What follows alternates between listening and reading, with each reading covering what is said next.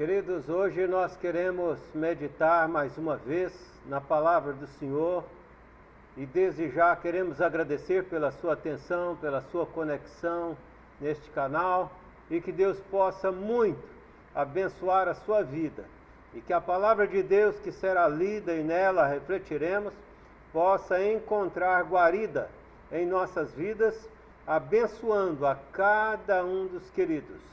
Nós queremos ler para a nossa reflexão, segundo a primeira carta de Pedro, no capítulo de número 1, os versos 14 ao verso 16, que nos diz assim a palavra do Senhor: como filhos da obediência, não vos amoldeis às paixões que tinhais anteriormente à vossa ignorância.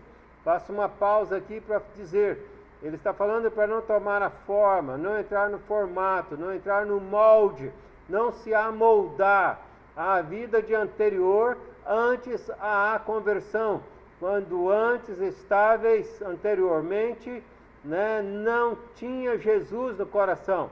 E ele prossegue no versos 15 e 16. Pelo contrário disso, segundo é santo aquele que vos chamou, tornai-vos santos também vós. Tornai-vos santos também vós.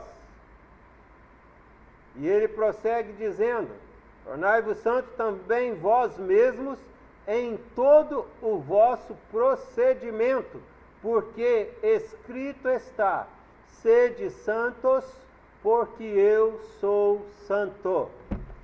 Bem, o principal verso que nós queremos aqui analisar é este: porque escrito está: sede santos, porque eu sou santo.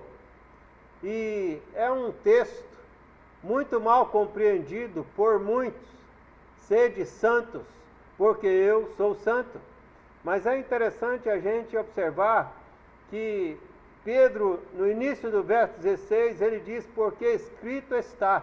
E ele está fazendo referência ao livro de Levíticos, aonde um dos principais temas daquele livro é a santidade do povo de Deus, porque Deus é santo. E para poder confirmar isso que citamos, vamos ver as referências que Pedro, na verdade, cremos que se embasou nelas. E ele diz então, nos diz Levíticos, capítulo de número 11, o verso de número 44, assim: eu sou o Senhor vosso Deus, portanto vós vos consagrareis e sereis santos, porque eu sou santo. Deus, portanto, dizendo ao povo de Israel, para que eles se consagrassem a Ele, porque Ele, Deus, é santo, e por isso eles, os israelitas, deveriam ser santos.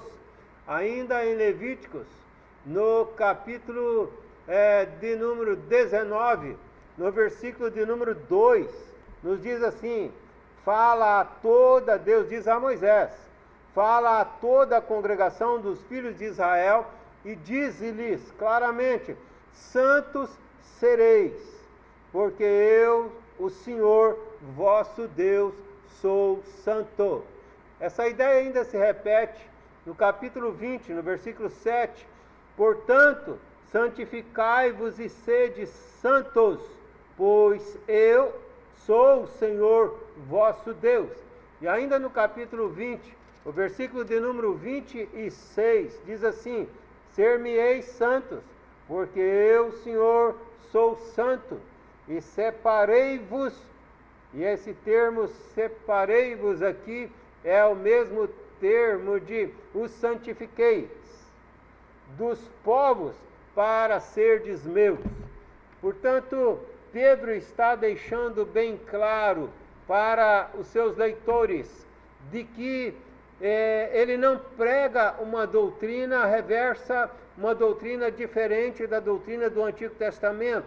Pelo contrário, e Pedro está mostrando que o Antigo Testamento é como um rio que deságua no Novo Testamento. E o Novo Testamento, por sua vez, deságua no oceano celeste, deságua no rio celeste. Pedro está mostrando que essa doutrina da santificação não é uma doutrina nova. Na verdade, é uma doutrina de todos os tempos em que Deus colocara para o seu povo, para os seus filhos, e que caberia aos seus leitores santificar-se na presença do Senhor. Portanto, Pedro está mostrando a coesão que tem, como nós assim afirmamos, toda a Escritura, do primeiro versículo de Gênesis ao último versículo de Apocalipse, e aquilo que houve de mudanças do Antigo para o Novo Testamento é porque são fatos que eram parábolas vivas e que foram cumpridas no nosso Senhor Jesus Cristo. Nós notamos aqui a morfologia, né, deste versículo, sede, do verbo ser, né, e o verbo em português sempre exprime a ação, atitude, sede o quê? Sede santos, um adjetivo que vem no plural, santos, e depois o porquê exigindo uma explicação, de forma explicativa, né? Por quê? Porque eu sou, e este pronome eu, mas o verbo ser, eu sou, referindo-se a Deus, é o mesmo eu sou que Deus diz a Moisés, quando Moisés queria saber qual o nome de Deus, ali na sarça ardente, mas Deus diz, eu sou Deus de Abraão, de Isaac, de Jacó, eu sou Deus dos seus pais, mas Moisés insistia e queria que Deus lhe dissesse o nome, então Deus lhe disse, eu sou o que sou, vai, diga aos israelitas, eu sou, te enviou a vós outros. Portanto, Deus é o que Ele é, e Ele usa sempre esse verbo para si mesmo, eu sou, e aqui Ele diz, eu sou o quê? E aí vem um adjetivo, né, sobre Deus, exprimindo qualidade de Deus, eu sou santo.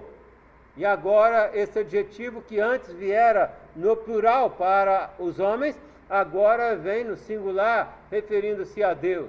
O fato é que, como diz o escritor aos Hebreus, capítulo 12, verso 14, que sem santificação ninguém verá o Senhor. Portanto, essa é uma doutrina prioritária, essa é uma doutrina de primeira monta, essa é uma doutrina hiper importante, porque há assuntos nas Escrituras que, entendendo, não entendendo, compreendendo, não compreendendo, vivendo, não vivendo, não vai alterar com relação à salvação, mas essa doutrina da santificação, ela é indispensável, porque quem não se santificar jamais verá o Senhor.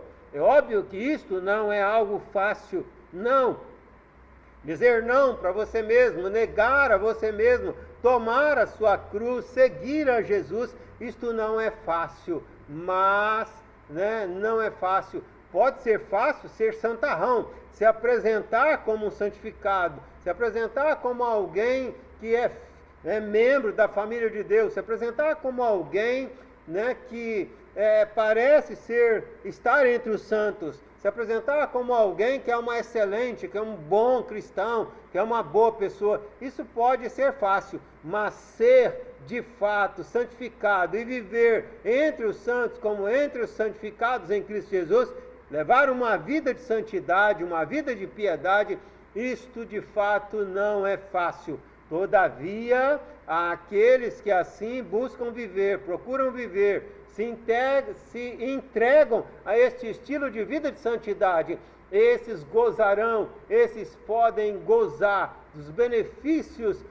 da atuação do Espírito Santo em suas vidas, como lemos ali em Gálatas capítulo 5, versos 22 e 23, podem gozar de paz, que os muitos membros de igreja, por serem religiosos, não gozam, podem gozar de tranquilidade na alma, de consciência tranquila, podem gozar de uma profunda, genuína e verdadeira alegria, podem gozar de um domínio próprio, ter domínio sobre os seus pensamentos, sentimentos, sobre as suas emoções, podem gozar da capacidade e habilidade de serem longânimos, pacientes, tolerantes, serem capazes de amar de verdade, de perdoar os que eles ofendem, de não viverem aí todos machucados, né, e estar machucado e sempre machucado, porque palavras, etc., qualquer coisa está machucado. Não, podem ter a habilidade de perdoar de fato, não é passar por cima, mas é de perdoar, de não cobrar mais, de não querer a cobrança, ser capaz de abençoar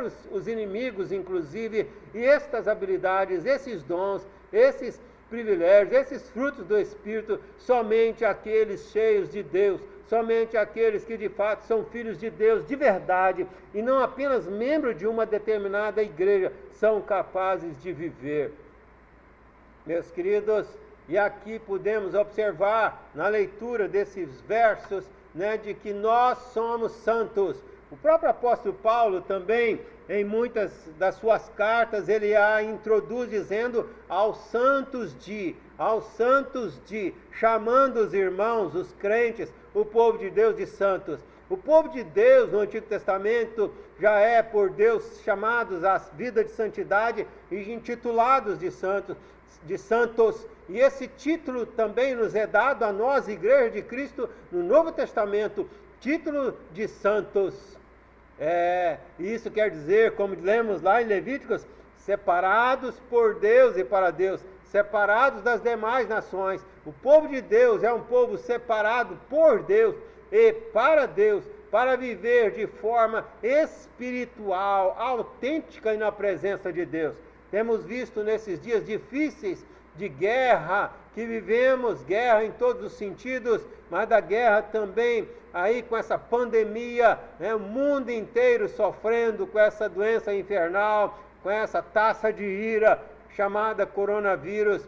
E nós temos visto que algumas igrejas, algumas denominações, né, algumas lideranças religiosas em nome da religião, têm se declarado de forma a favor do partido X, do partido Y, da filosofia X, da filosofia Y, tem se misturado com as ideologias e filosofias seculares desse mundo, mas o povo de Deus não foi chamado para isso. A Igreja de Cristo, o púlpito não é palanque, e o púlpito não é para se misturar com as coisas desse mundo. Fomos santificados desse mundo, fomos tirados desse mundo, separados desse mundo, embora vivendo nesse mundo, para vivermos em padrões e em forma diferente deste mundo. Com isso não quer dizer que servo de Deus não deva ser político, não deva ser autoridade do judiciário, do legislativo, do executivo. Pelo contrário, se todos fossem servos de Deus, todos que lá estão.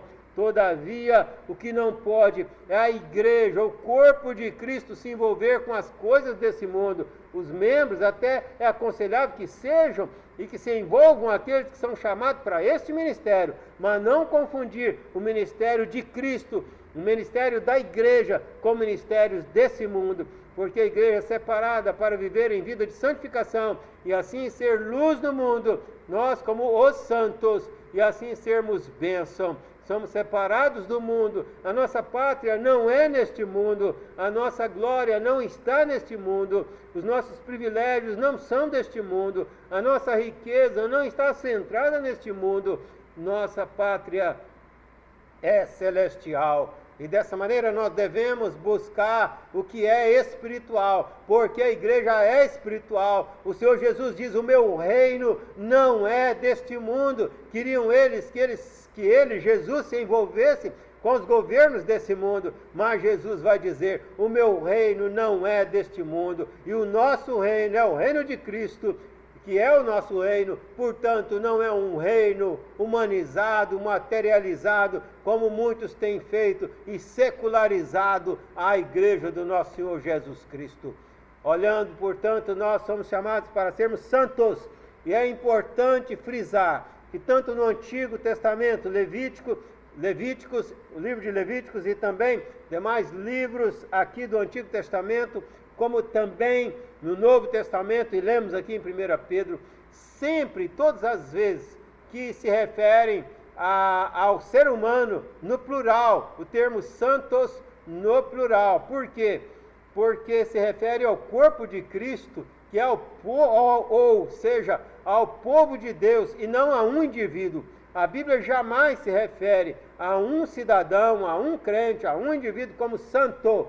mas sim sempre no plural, englobando. Afinal, Jesus Cristo morreu e deu a sua vida pela a sua igreja. Aqueles que estão desconectados do povo da comunhão do povo de Deus, estão desconectados do próprio Deus, estão desconectados de Jesus Cristo, estão desconectados do Espírito Santo e estão desconectados da vida eterna. A nossa ligação é com o nosso Senhor Jesus Cristo. Ele é o rei desse reino, ele é o sumo sacerdote desse reino, ele é o profeta desse reino, o reino de Cristo, o reino espiritual. E nós, portanto, sempre chamados de santos, porque nós somos pecadores. E quando Deus olha para nós, nos deu esse título de santos apenas por um motivo, porque Jesus Cristo levou sobre si os nossos pecados, os pecados de todos aqueles que nele crê.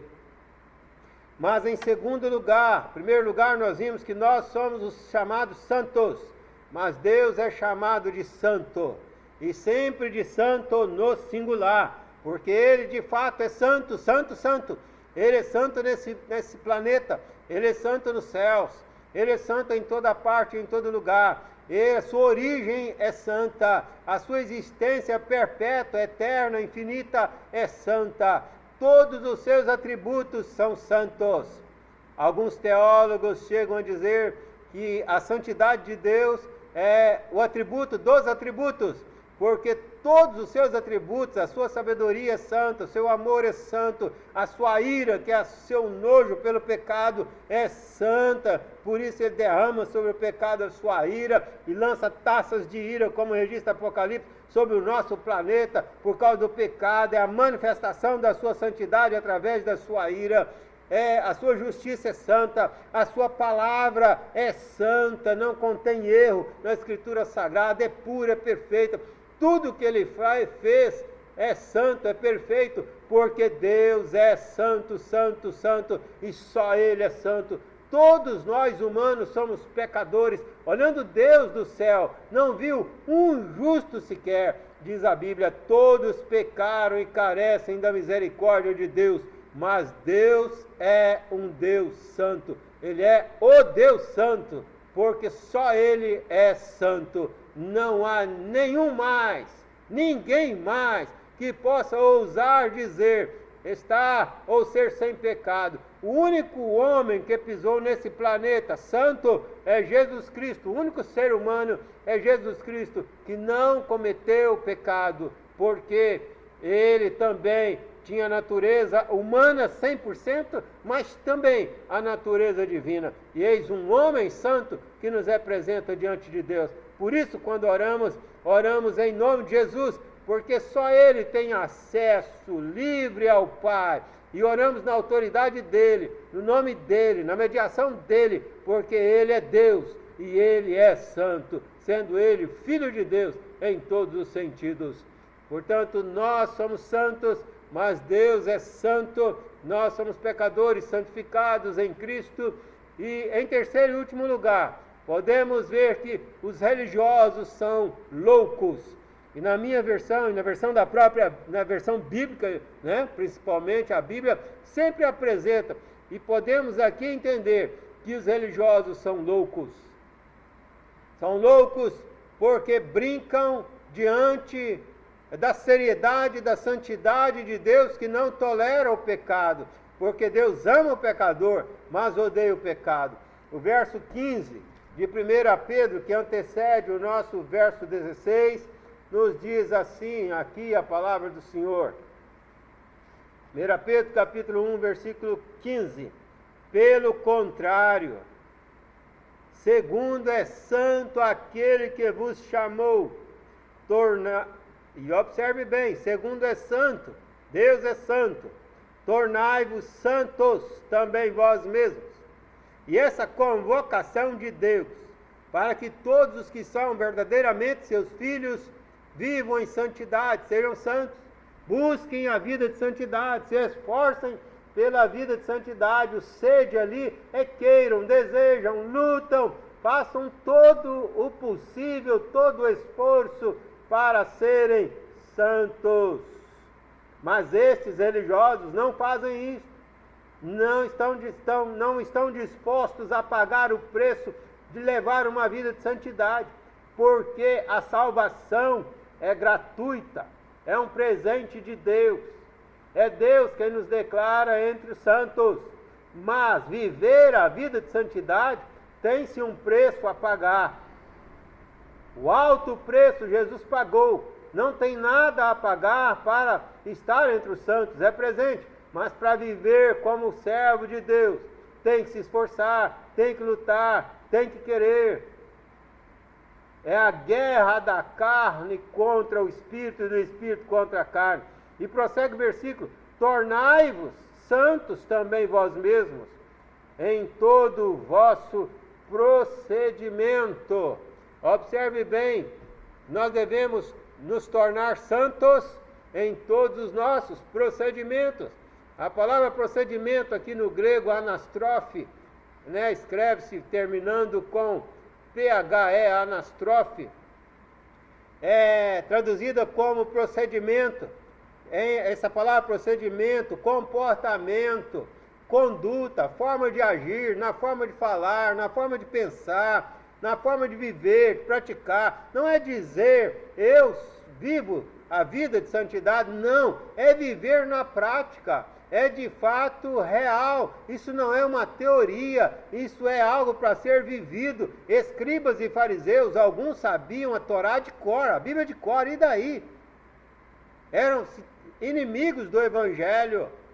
Não é saber Bíblia de cor, não é falar fácil, não é ter entendimento das Escrituras, teórico, nada disso, mas é praticar, é viver. Por isso, por exemplo, quando Paulo escreve a Timóteo, com relação à escolha de oficiais, e aqui oficiais são pastores, presbíteros e diáconos, vai dizer para olhar a família deles, que governe bem sua casa. Por quê? Porque é evidência da vida de santidade, que contagia todos aqueles que estão ao nosso redor. É ser luz do mundo, luz dentro de casa, que é o local mais difícil de ser crente.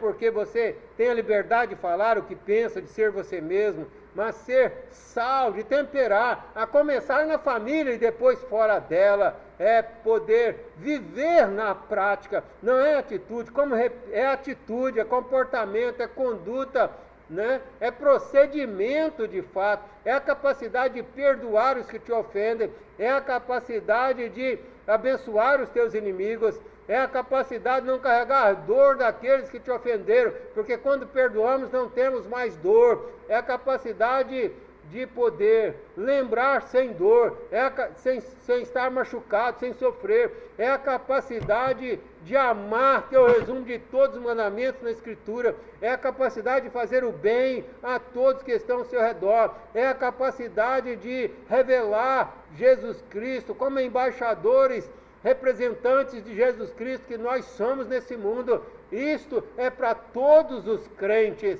É lógico que eu evidenciei aqui os oficiais, porque somos o modelo do rebanho. Ser líder é ser exemplo, mas essa palavra não é só para nós, essa palavra é para todo verdadeiro crente, porque os religiosos são loucos por não buscarem a santificação em suas vidas. E nós podemos olhar, conforme diz Romanos 8, versículo 9, se alguém não tem o Espírito de Cristo, diz o apóstolo Paulo, esse tal não é de Jesus Cristo. Portanto, a vida de santificação não é algo mérito nosso, por habilidade nossa, por capacidade nossa, porque somos melhores que outros, não. Isso é graça de Deus, é favor imerecível, é o Espírito Santo de Deus, quando nós cremos, quando nascemos de novo, quando nós nos convertemos de verdade, que está em nós, que entrou em nós, e só Ele, e somente Ele, nos habilita a viver esta vida de santidade e de santificação. Sem a graça e a misericórdia de Deus sobre nós e nós mesmos, pecadores e humanos e falhos como somos incapazes de viver essa vida em santidade. mas o Senhor nos convoca lá no Antigo, o povo do Antigo Testamento, e continua convocando nós, povo do Novo Testamento, povo de hoje, povo que vivemos no meio de uma pandemia, povo que vivemos no meio de controvérsias filosóficas, controvérsias políticas, controvérsias científicas, em dias que o jaleco quer dar a última palavra em todos os assuntos. Nós temos observado aí, né, que tantas críticas foram feitas, e com razão nesse caso, e nós também as fazemos, quando a toga dava a última palavra na Idade Média, e alguns teólogos romanos pensavam que na área da ciência, na área da filosofia, e em tudo a última palavra era deles, e cometeram esse grave erro. Todavia hoje, alguns usando o jaleco da filosofia, o jaleco da ciência, pensam também, pessoas até mesmo descrentes em Deus, que podem falar sobre Deus, dar aulas sobre Deus, como se teólogos fossem, quando na verdade nunca, e ainda alguns teólogos também, mas que na verdade não vivem vida de santidade, não conhecem a Deus, nunca experimentaram Deus na vida, tomando a palavra como se fossem teólogos, e falando como se conhecessem a Deus, de experimentá-los na sua vida, ensinando e instruindo, e o pior, muitos levando seriamente, absolvendo tais heresias e tais besteiras. Assim como não cabe aos biblicistas falar, interferir e dar a palavra final em coisas seculares desse mundo, não podemos receber e aceitar ou beber também aquilo que vem do jaleco, como sendo última palavra, como sendo como que uma palavra inerrante, ou como sendo a verdade. Concluindo, nós nesse mundo tenebroso em que vivemos, em dias de tantas divergências, de tantas polaridades, o nosso papel é brilhar Jesus Cristo. De vez em quando alguém me faz pergunta no nível da filosofia, no nível de outras áreas, e eu respondo: eu sou pastor. Eu sou pastor. Deus me chamou para isso. Essa não é a minha área. Embora, enquanto cidadão, tenho sempre, todos nós temos, a nossa opinião. Queridos, a santidade então não é uma teoria, é uma realidade. Precisa ser prática em nossas vidas. Mas quanto mais santos nós nos tornamos, quanto mais nos santificamos, mais consciência do pecado nós vamos tendo. Tanto que o apóstolo Paulo, um dos homens que eu mais admiro, e creio que todos nós crentes, até os outros apóstolos, o admiraram, mas ele, um homem que vivia uma vida de santidade, uma vida de piedade, mas ele chegou a dizer, a consciência dele era tão grande de pecado, que ele chegou a dizer: o bem que quero fazer não faço, mas o mal que não quero, este sim está sempre diante de mim. Ele chega a dizer que ele se considerava o maior dos pecadores, porque é assim. Enquanto mais você busca santificar-se, mais consciência de quão miserável você tem, e mais consciência da grandiosidade da graça de Deus você tem, então mais sede de Deus você tem, e mais vontade de glorificar e adorar a Deus e se envolver com Deus você tem. Quando você encontra alguns crentes que não veem como tão importantes ir à igreja, não vê como tão indispensável, né? E creio sim, igreja é prioridade, é essencial, e é mesmo, é a noiva do Cordeiro. Quando você vê alguns crentes pensando, não, igreja não é essencial, concordando com alguns aí fora que dizem que não é. Com isso não estou querendo dizer que em dados momentos nós não devamos, inclusive, nos quarentenar em casa. Não. Temos que ser prudentes, Deus nos deu inteligência e sabedoria, mas Jesus Cristo é primordial, e sim a noiva do Cordeiro amada dele é essencial. Mas quando você vê crentes que não estão preocupados em adorar a Deus, em participar do culto e adoração a Deus, não sentem sede ao ponto de dizer: alegrei-me, domingo é dia do Senhor, vou adorar, vou ouvir, vou falar com Deus, vou estar em comunhão com os irmãos. Quando você não sente saudade da comunhão, da congregação dos santos, então é porque você está num diagnóstico muito perigoso, muito próximo à religiosidade. Tem que cuidar-se e olhar, inclusive analisar-se, se realmente você está em plena conexão com o nosso Senhor e Salvador. A santidade é obra da graça de Deus em nós, e ela nos enche de sede de Deus, de vontade de querer mais e mais Deus. Deus nos vê ou como santos, ou Deus nos vê como seus inimigos. Como Deus vê você? Como Deus vê sua família? Se for escrever uma carta para você, escreveria Deus aos santos, né? Ao meu filho tal, ou escreveria ao inimigo? Porque ou você está debaixo da graça ou da ira, ou você é amado ou não é, ou você está entre os santos ou não, ou você está conectado à videira, que Cristo, como um dos seus ramos, né, está conectado ao corpo de Cristo, como um dos seus membros, ou você está fora. Deus nos vê como santos ou como seus inimigos. E para encerrar essa fala, 1 Pedro 2, no versículo 10, ao início do versículo de número 12, diz assim, 1 Pedro 2, 10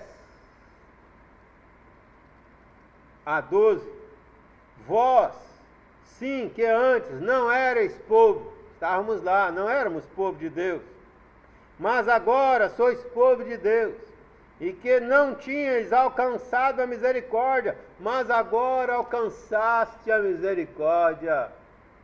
Amados, exorto-vos como peregrinos e forasteiros que sois. Lembra que eu disse? A nossa pátria não é nesse mundo. Estamos de passagem aqui. Nossa passagem é curta. 80, 90, 100, poucos passam do 100. E vós absterdes das paixões carnais, vos absterdes das paixões carnais. Fuja disso, fica longe disso, rejeita isso, que fazem guerra contra a vossa alma. Quantas pessoas estão vivendo em função deste mundo, só pensando em ter, em ser.